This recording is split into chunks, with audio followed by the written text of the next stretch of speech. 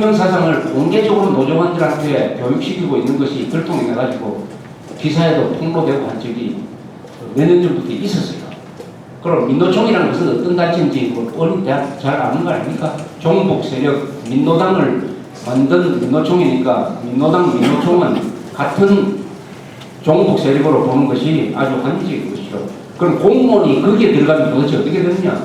공무원들이 그러면 김정일 영향권 안에 들어가는데 이걸 보고 왜 그동안에 이명박 정부가 만약 거기 들어가기만 해봐라 말이야. 거기 들어가기만 하면 전원 파면한다.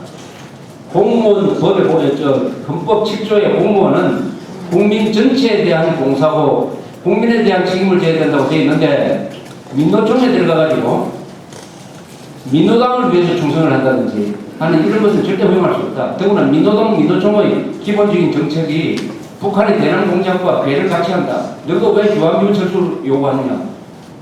임금 올려달라고만 하지 왜 주한미군 철수 요구하고 국가보안법 폐지하라는 이야기를 왜 하느냐? 그동안에 왜 주창 들고 나와가지고 FTA 반대했느냐?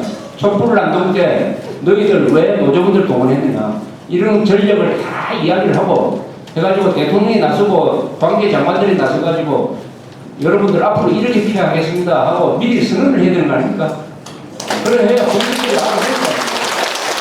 그러면 여론이 돌아가면 못합니다. 못해요. 그런 짓을 한마디도 안 했어요.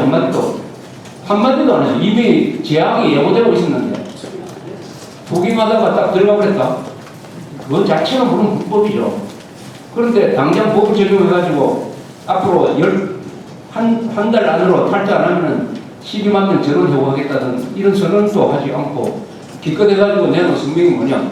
앞으로 법을 잘 지켜주시면 좋겠습니다. 이렇게 했어요. 아니 지금까지 법을 안 지켰을 때도 봐줬는데 앞으로 법 안 지킨다고 강경 조치를 해. 아마 해가지고 민노총 속으로 되게 웃을 거예요. 더구나 이 부분에 대해서 이거는 큰 국가 비상사태입니다. 이건 안 보는 문제예요. 아니 정교조를 합법화 시켜가지고 노태우 때 불법화했던 정교조를 김대중도 합법화 시켜가지고 얼마나 지금 골칫거리를 만들고 있습니까? 그런데 12만 명이나 되는 공무원이 민노총에 들어갔다면은 이게 앞으로 얼마나 두고 골치를 새기겠습니까? 예컨대 12만 명 민노총에 소속된 공무원들은 민원이 오면은 이 사람한테 설 말을 걸어가지고 김정일한테 좀 나쁜 이야기 하는 것 같으면 일부러 허가해줘야 될 것도 안 해주고 불이익을 줄 수 있는 거 아닙니까? 아닙니까? 이러면 어떻게 합니까? 정부가 가지고 있는 예산, 법적 권한을 이용해가지고 김정일을 편들고 대한민국에 반대하는 이게 내란입니다, 내란. 이 사태를 예견하고도 지금까지 단 한 번도 어느 대통령, 어느 국회의원, 여당 국회의원, 어느 장관도 민노총이 친북 노선을 긋고 있다. 그러니까 공무원이 거기 들어가는 것은 절대로 안 된다는 이야기, 단 한 문장의 이야기도 한 자가 없어요. 이게 이명박한 중도신용의 파탄입니다. 중도신용을 법치와 안보에 적용하니까 이런 일이 일어나고 있습니다. 이런 일이 일어났어요. 이게 앞으로 이걸 감안을 해보면 여러 가지. 그래서 최악의 경우를 한번 생각해보세요. 김정일이가 기습남침을 했다. 서울을 포위를 했다. 현 위치에서 휴전하자고 합니다. 그럼 이승만 박정희 같으면 우리는 결사항전한다. 서울이 다 부서지는 한이 있더라도 서울에서 너하고 시간을 한번 벌려보자. 이렇게 버팁니다. 그럼 미국이 도와줍니다. 그러면은 반격을 할 수도 있어요. 그러나 그때 그 대통령 자리에 이명박 대통령이 앉아있고 민노총이 볼기를 하고 축청 들고 나오고 볼기를 하면서 현 위치 휴전 제안을 받아들입시다. 평화가 최고입니다. 그래가지고 그래 좋다. 할 수 없다. 현 위치에서 휴전이다. 받아들이겠다. 이렇게 안 한다는 보장이 있어요. 만약 현 위치에서 휴전 안 하면 우리 핵무기 쓰겠다고 또 공갈 한 번 더 해보십시오. 그러면 서울이 포위된 상태에서 북한군과 현 위치 휴전이다. 그건 뭡니까? 대한민국 소멸이지. 인구의 2천만이 있는 서울 부의 70%가 모이는 서울이에요. 그런데 지금 서울 주변을 어떻게 변했느냐. 그동안에 평화의 시기라고 해가지고 강북으로 서울 북쪽으로 신도시가 많이 생겼습니다. 의정부 요새 인구가 50만이 됐어요. 고향은 아마 금년간에 인구가 100만이 됩니다. 거기에 산업시설 뭐 많이 가 있어요. 뭐냐, 이제는 기습을 당했을 때 물러날 데가 없어요. 서울 일단 물러난 다음에 반격을 하는 게 원칙인데 이제는 우리나라는 물러날 데가 없습니다. 바로 현 위치에서 싸워야 돼요.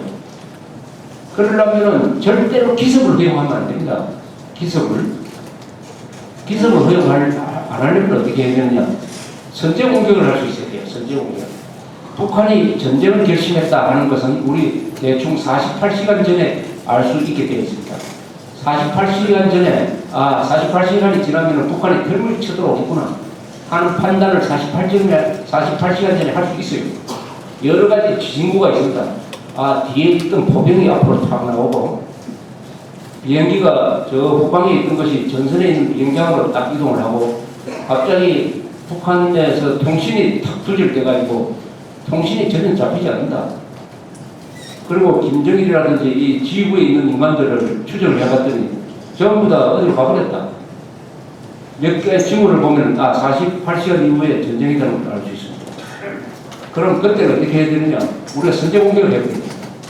48시간 전에 우리가 기습을 당하지 않더라도 48시간 전에 틀거지 저놈들 쳐들어올 테니까 선제 공격을 하는 것입니다. 예방적 선제 공격이라고 그러죠. 그런데 이런 걸 하려면 국가 지도부가 생명을 걸고 나라를 지킨다는 이런 의지가 있어야 돼요. 이스라엘은 그렇게 했습니다. 6.1 전쟁 때 이스라엘이 그렇게 했어요. 선제 공격을 했습니다. 그래서 살 수가 있었어요. 그런데 선제 공격할 수 있느냐? 민노총이 이렇게 있고 이런 허물허물한 대통령과 여당이 할 수 있느냐? 절대 없습니다. 없으면 어떻게든 기습당합니다. 기습당하면 막아야 되겠다. 이게 중도실용이라는 것을 안보에 적용하면은 이것은 완전히 나라 망국의 길로 가는데 참으로 희한한 일이 또 하나 벌어지고 있습니다.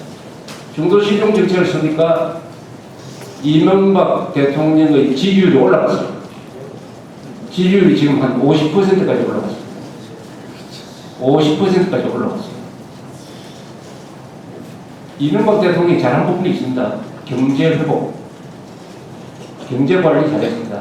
대북 정책에서도 근본적인 것은 아직은 잘하고 있어요. 아직은. 그 두 개 부분은 평가를 해줘야 됩니다. 그런데 20%까지 내려갔다가 갑자기 50%까지 가니까 이명박 대통령과 그 주변은 지금 중도실용 정책에 성공했다고 생각합니다. 계속 이런 식으로 나가야 된다. 즉, 민노총에 가입하든 말든 그 가입한 다음에 적당히 또 하는 수가 있지 않겠느냐. 북한한테 사과 요구했다가 대답이 없으면 그걸로 끝내고 핵 문제만 해결하면 모든 걸 다 갖다 바치겠습니다라는 그런 일괄 타결하는 거 되고 이렇게 가자. 요거는요 임시방편이에요. 임시방편입니다. 요렇게 하면은 임기 중에는 본인이 일정한 인기를 유지할지 모르지만 그 모든 부담은 전부 다 국민들이 져야 됩니다. 국민들이 법치를 엉망으로 만들어 해놓고 깽판 세력하고 친하게 지내면서 별로 말씀 안 드리고 지나가면 그 사람 좋겠지. 그러나 회사를 비교하면 회사에 이런 회사 있지 않습니까? 노조가 하자는 대로 다 해주면 어떻게 됩니까? 한때 기아가 그랬어요. 그 김선홍이라는 사람이 그랬습니다. 그러나 노조들하고 같이 결탁이 돼가지고 노조 결탁이 되고 운영을 하니까 노사법에도 안 들어갑니다. 그런데 부임 사장이 오면 기가 막힐 거 아닙니까? 그러면서 봉급도 막걸리 주고 해가지고 완전 병이 들었다. 이거 뭘 해보려면 그때부터 힘들어질 건데 이명박 대통령이 하는 이런 꼭 싸워야 될 때 싸우지 않는 거. 더구나 이념 대결을 할 때 모든 문제는 이념이 지금 민노총이 하는 행동의 근거는 이념인 것입니다. 그 사람들이 하는 것은 절대 봉급을 올리기 위한 노사투쟁을 하지 않아요. 하는 것은 뭐냐? 대한민국을 뒤집어 엎어가지고 노동자 농민이 잘 사는 나라를 만들겠다는 것을 목표로 해서 하고 있는 것입니다. 그런 것을 이념 문제라고 하는데 이명박과 그 청년들은 그런 식으로 이념을 따지는 것은 나라가 빠진 것이다. 제발 그런 식으로 이념적으로 따지지 말자 이렇게 이야기합니다. 이념